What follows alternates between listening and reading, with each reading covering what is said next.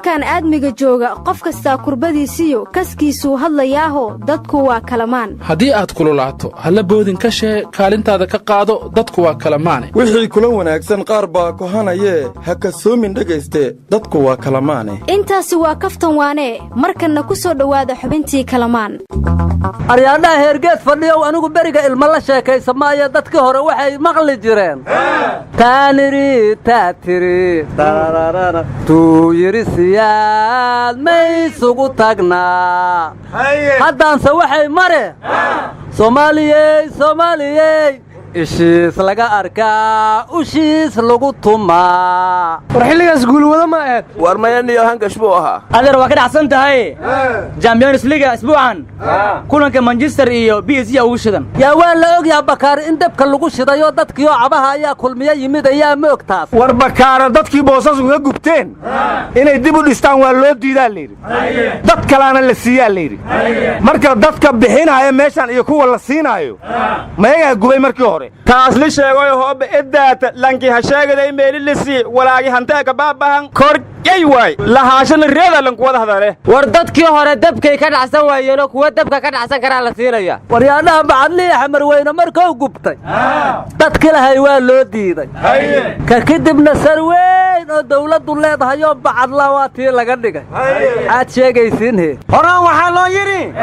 khasaaro waa qabataan ninkii khamar dheelaayo war dadkaanu ganacsatay ahayeen khamar ma dheeli jirin qaruun baa ku qaniineen war Soomaaliya waxay ciidan lahayd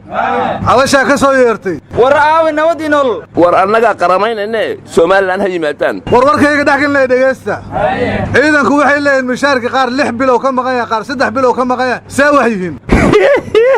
kaambeenga bilawday madi kaambeenka dhawya waa luuq la gili jiray askartan la gadii jiray yaa ciidanka mushaarka hore waa loo aruuriyaa hal tooga la isku sii hayaa aan dhal how kortaano war markii Daacish iyo Shabaab ay dalka ka xoreeyaan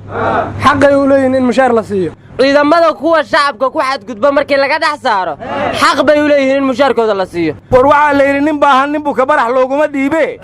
waa loo aruurinaa waadin kale sida ayuu tadii ciidanka lacagte cidda aruurisay ma ka cayma doontaa lacagtu war yaa madaxweynuhu waa kiiri mushaarku hadiyad maaha waana la dhiibayaa qaylada iska dhaaf dhiibow yeelan ka fadhiye war ma haysiin qaar ka mid ah odayaasha gobolka Mudug al-shabaab ay kulan la qaateen shabaabna waxay ku soo amreen hadii la arko qof dhir jaray labada dhigooda laga goynaya war arbaysanka ku daran ma furya falleera loo yeela may dheegi jiray hees oo leeta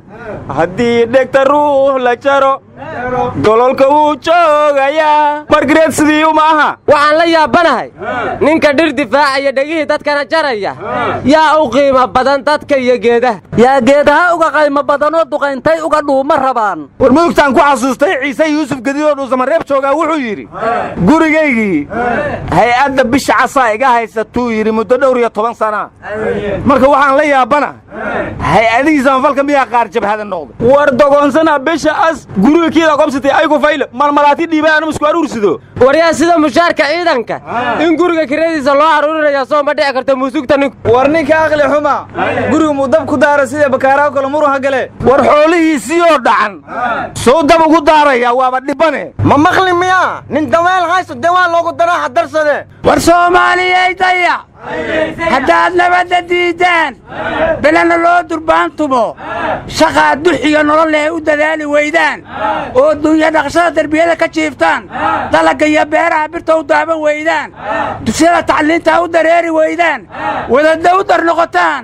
tarana allahayo aamiin aryaa ninku kuma duceyna allah ku sahlo ma dhahdido waryaanahan xusbul xaakimkii Soomaaliland laba u qaybsamay qolo uu kamid yahay abwaan ismaan ku jare waxay yiraahdeen waan ku jarnay markuu Muuse bixi noo kala eexday war abwaan ismaan guure maarayaa tiyaatarka waa raadiyo kulmiyana agaasima kama aha hadda asaga laftiisa lagu jar raba waxa la yiri liwaha sidiisa ma geeraare waa guuxa arbeentiisa daad ma dhagaad libaax guuxiisa ku dhagansata kugu yaaliin aan dhalole ma karkino war waxa la yiri waagii warkiyo waraaqdan u qoro iyo waxaan amraba dadku wadar ahaan weynayn jireen waajibkana ahayd intaan wiish ku dhicin waxnayda allow wadadii saxnayd inaan waafaqnaa horta niyow calaacalkan iska dhaafshalay waa shay xaaraane waxaan se intaas ku raaci lahay oo horey loo yiri bidaar ciraa kaacay maaroon haba laa soo cilaamiye bidaar ciraa kaacay maaroon haye war adeero garan mayside imika bidaartii xal baaba loo helay oo madaxoo dhan baa la wada xiiraayo yuu baa laga dhigaa war ma haysaana maxaabiistii xabsiga dhexe magacii waa laga beddelay ardada xabsiga dhexe ay noqdeen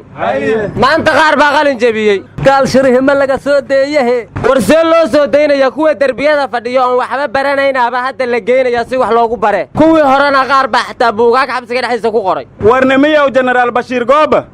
xabsigiyo jaamacad beeslaangeen bedeli maaha horta awal xabsiga beesada lagu deganay meeqay la ekeed bashiir gooba ma taqaaniin barbaratoy maa bariim waay bannaankas joogaa berber u joogaa ule war berbere ma jooga bashiir goobe banaadir buu joogaa loo nagala tag warnimayow arday imtixaanka su'aalihii loogu keenay ka jawaabay ayaa haddana ku dhacay sabab war macallinka isku dhacsanaayeen oo malaya maya ama igaarka xarash loo haayay he war saas maana qishow sameeyey war qish ma samayne ardayga iyo macallinka kalamaan ahaa su'aasha kood waxay ahayd sheeg dagaalkee ayuu ku dhintay cantar bin shadaad ardaygii wuxuu ku jawaabay dagaalkii ugu dambeeyey ee uu galo su'aasha labaad waxay ahayd halkee ayaa lagu saxeexay heshiiskii Jeneefa ardaygii wuxuu ku jawaabay warqadda qaybta ugu hoosaysa su'aasha saddexaad waxay ahayd sheeg sababta ugu badan ee keenta furiinka ardaygu wuxuu ku jawaabay guurka ayaa u sababa sababtoo haddaan la isguursan laysma fureen arkaasu wixii la baray kuma jawaabina caqligiisa uu ka jawaabay inuu dhacno waajibay ahayd war wiilkaas su'aalaha waa ka jawaabay eex baa loo riday war ma haysiine jigjiga cudurkii muqdishaa ku dhacay arre jigjiga shabayka kabeehe waa la hoogay gabar madaxweyne ka ah Itoobiya ayaa maanta booqasho ku imaanaysay jidadkii oo dhanna waa la xiray hadda cudurka muqdishaa qabi jirtay war dhaghaan ma la dhigay war ilaahan Umar iyo Taraam wali waa isku dhagan yihiin war gudoomiyihii guddiga doorashooyinka xalimiyare doorashadii baaqatay ee Nigeria ayay kor joogto ka tahay maayadaa baajisay war wasiiradii uu soo magacaabay madaxweynaha Puntland maanta baarlamaanku waa ansixiyeen war xildhibaan ka tirsan baarlamaanka Slovenia ayaa supermarket soo galay baa leeyri kadibna xabad rooti uu cunay isagoon lacagtii dhiibinna waa iska baxay cunaha halaqya ku gal ee kaas waa tuuganimadaas kadibna Facebook la soo dhigay isagoo inta rootigii cunay iska baxay kadibna lacagtii inta bixiyay ayuu xilkii iska casilay oo yiri xisbigaygan u diiday sharaf darrada war yaa xildhibaanada ku xadgudbin xasaanad bay leeyihiin rooti wax ka weyn bay xadaan ismana casilaan war degmo ka mid ah Kenya ayaa marti qaaday xildhibaanadoodii kadibna dadkii tuuladu xildhibaanadii waxay u keeneen biyo wasaqaysan waxayna dhaheen biyahaas wasaqda haan cabnaaye